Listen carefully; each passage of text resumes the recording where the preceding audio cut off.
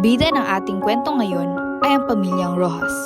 Ito ay binubuo ni Ronnie, na haligi ng tahanan, si Micah na ilaw ng tahanan, si Judy na panganay, si Roxy na middle child, at si Lottie na bunso. Napakasaya ng pamilyang ito dahil sila ay malapit sa isa't isa.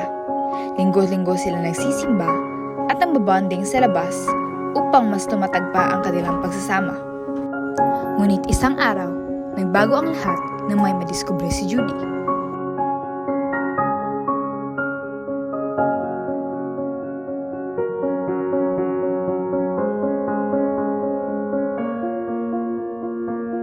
Nakita niyang may kasamang ibang babae ang kanyang ama.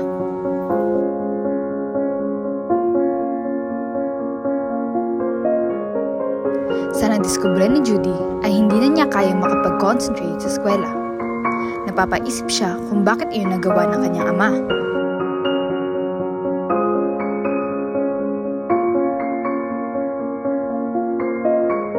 Hindi niya alam kung ano ang gagawin.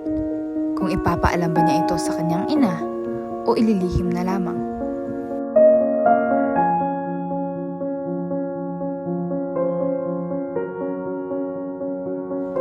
Gulong-gulo pa rin ang isipan ni Judy hanggang siya ay makauwi.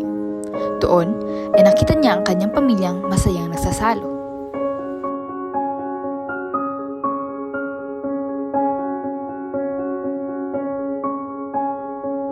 Doon ang pagdesisyon na ni Judy na kanya na lamang itong inilihim dahil hindi niya kaya makita na magulo at sira ang kanyang masayang pamilya. Naniniwala rin si Judy na kaya pang magbago ng kanyang ama. Makikita natin sa karakter ni Judy na siya ay hindi padalos-dalos sa kanyang mga desisyon sa buhay. Dahil sa mga pangyayaring naganap sa kanyang pamilya ay natutunan niyang maging responsable sa bawat kilos na kanyang ginagawa.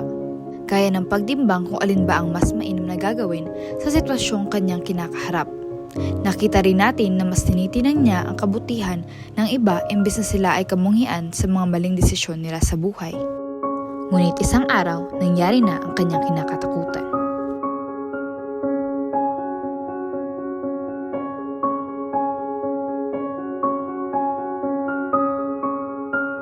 Nakita niya kung gaano natibag ang kanilang dating masayang pamilya.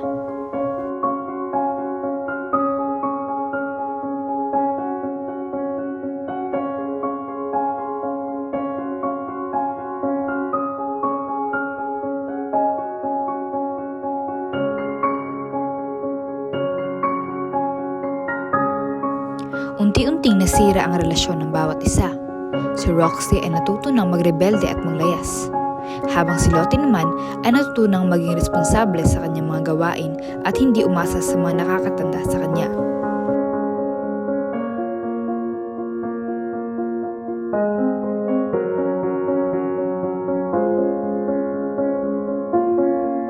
Sa nakita ni Judy, ay biglang nag-iba ang pananaw niya sa kanyang ama.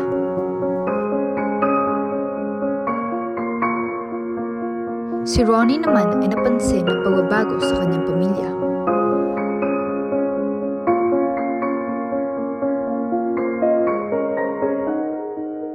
Kanyang pinagmunihan ang mga maling desisyong nagawa niya sa kanyang buhay.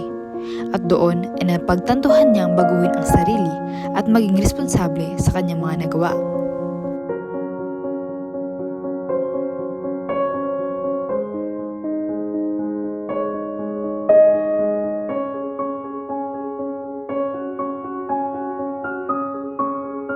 Unti-unti niyang inayos ang kanyang relasyon sa kanyang mga anak.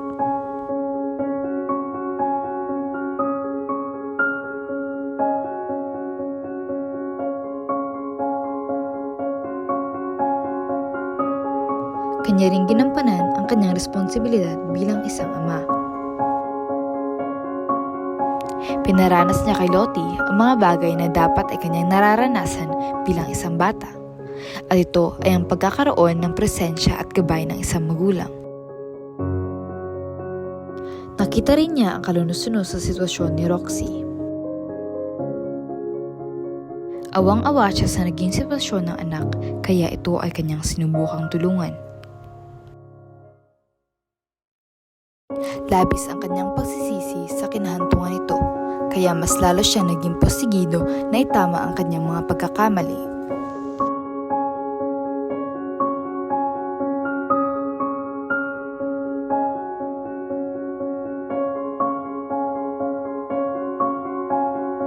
Naging maayos na ang relasyon ni Ronnie sa kanyang dalawang anak, ngunit malamig pa rin ang pakikitungo sa kanya ng kanyang panganay.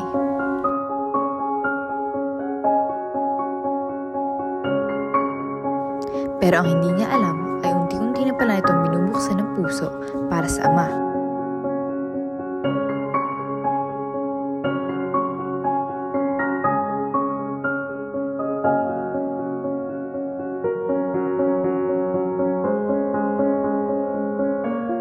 Nakita ni Micah ang pababalik ng dating masaya nilang pamilya.